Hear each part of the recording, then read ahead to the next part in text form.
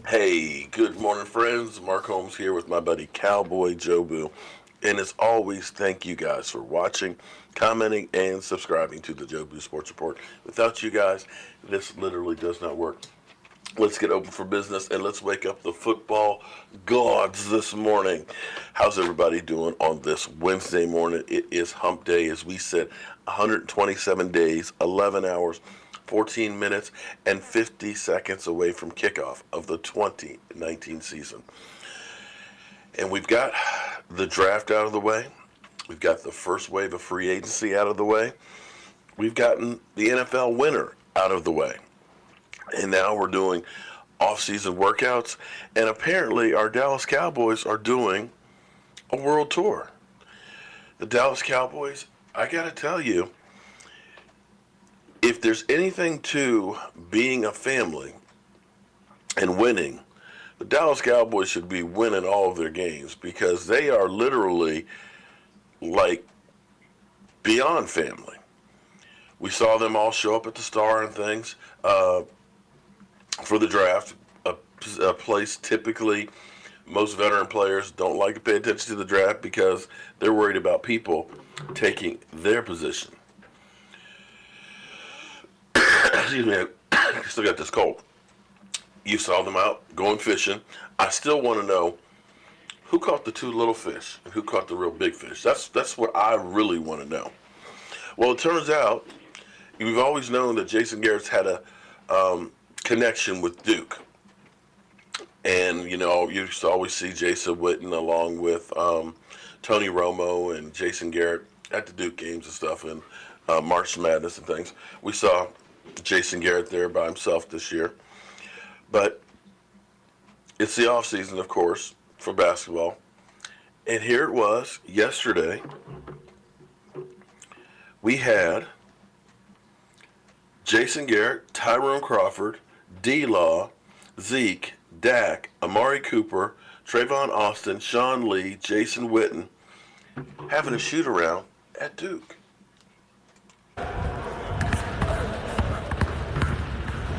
What you got for? Okay, here what? At Flip. What you got for? Okay, here what? Yeah. That's amazing.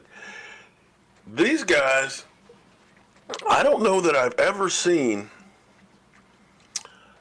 teammates hang out as much as the Dallas Cowboys do.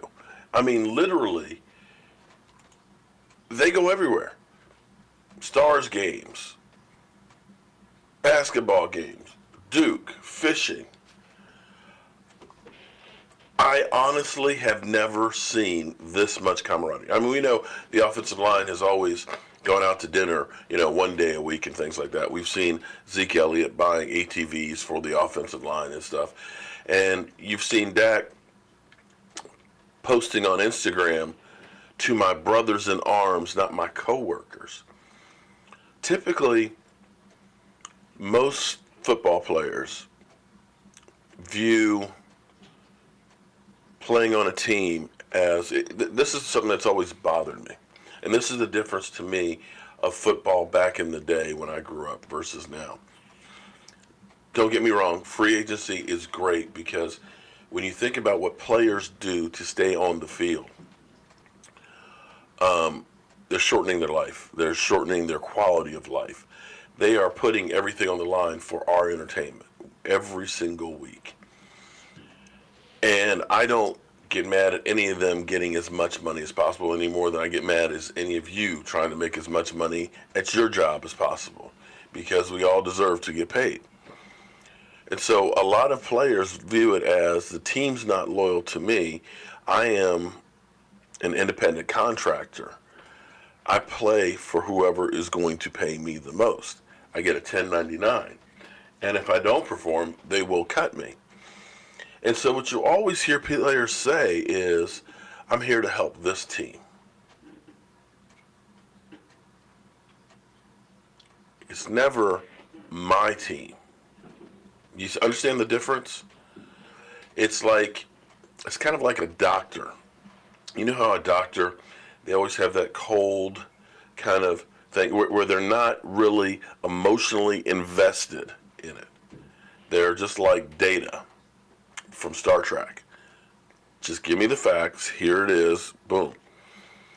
So players usually aren't emotionally tied to the team where they say it's my team, my players, my guys. It's this team. That way, if they go elsewhere, they don't have that whole, oh my God, I can't believe that I'm leaving. They're not tied to it. But I feel differently about these guys. These guys, day in and day out, are constantly together on and off the field. The fact that these guys don't have to have workout incentives built into their contract, the fact that these guys are showing up, you don't hear about anybody who's not showing up for OTAs or workouts and things, even though they're voluntary. These guys are chomping at the bit. To me, this is something special and something that I don't know that I've seen before. Now, see, back in the day, before football was as big as it is now, and before free agency was a thing, if you were a Washington Redskin player, you were a Washington Redskin player. If you were a Cowboys player, you were a Cowboys player. And you were emotionally tied to it because that's the only place you knew. Those are the only guys you knew. You weren't doing the Deion Sanders going from Atlanta to San Francisco to Dallas to Washington to Baltimore. You were with that team forever. And that's where those great rivalries came from during the 70s and 80s, because we played those same guys last year and they beat us. So I am going out to go get those guys this year. And that's where a lot of that passion for the game seems to have been lost, at least in my mind. Because when the Redskins and the Cowboys used to play, there was so much emotion involved. The air used to be electric. It was crazy that the buildup of these things, because the players were emotionally tied to it. They were literally there to defend the Star and the Dallas Cowboys nation. It was personal. It's not that way anymore. In fact, Redskins Cowboy weeks, they're still fun. We still have a great time at the tailgate, talking trash and all that. But they're not what they used to be. Now, this team is kind of a throwback in the way they approach the game, as most teams have gone high-flying, high-scoring, track meet style.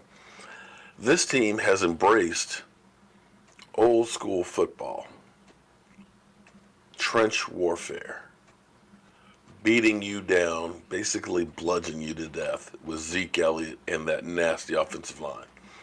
And it seems like we're turning back the clock to that doomsday defense. That defense back in the day that bludgeoned you guys to death. And I got to tell you, it's exciting for me to see this. And I think, and I'm hoping that when the season's over, when the dust clears, we're going to look and say, we really saw something special. We saw the Dallas Cowboys evolve into something really, really unique. We've gone from, I'm going to say the end of 2014 was the beginning of the end. And we had to hit rock bottom in 2015 because that was the beginning of basically rebuilding this team. We didn't rebuild where basically we did it bit by bit. But this new team has evolved. It's changed. The leadership seems different. You see the quarterback and the players working all off season together, and building that bond. So we'll wait and see how all this works out. And with that thought of the Redskin game, I've been having some people who have been already talking to me about the Redskin Cowboy game. I think what I'll do is I'll make a Redskin Cowboy event page for that so I can start posting details and we can start getting an idea, because it's never too soon to start planning. And I need to talk to my man Barry with Cowboys Experience exactly on how big we're going to make this thing and how we're going to work it. So on Joe B Sports Report, I'll make a Facebook page, Cowboys versus Redskin Week 2, because we're going to do it up. So if you're interested in doing that and being in our tailgate or going to the game, and last year when we did the tailgate, we had television outside the parking lot. So we had half of us that went to the game, half of us were out in the parking lot eating chicken wings and stuff like that. So it'll be a great event either which way you go. So we're looking forward to having a lot of people there. So as always, friends, I'm Mark Holmes, and I can't believe I made it through here without coughing all over you guys. I'll see you guys soon.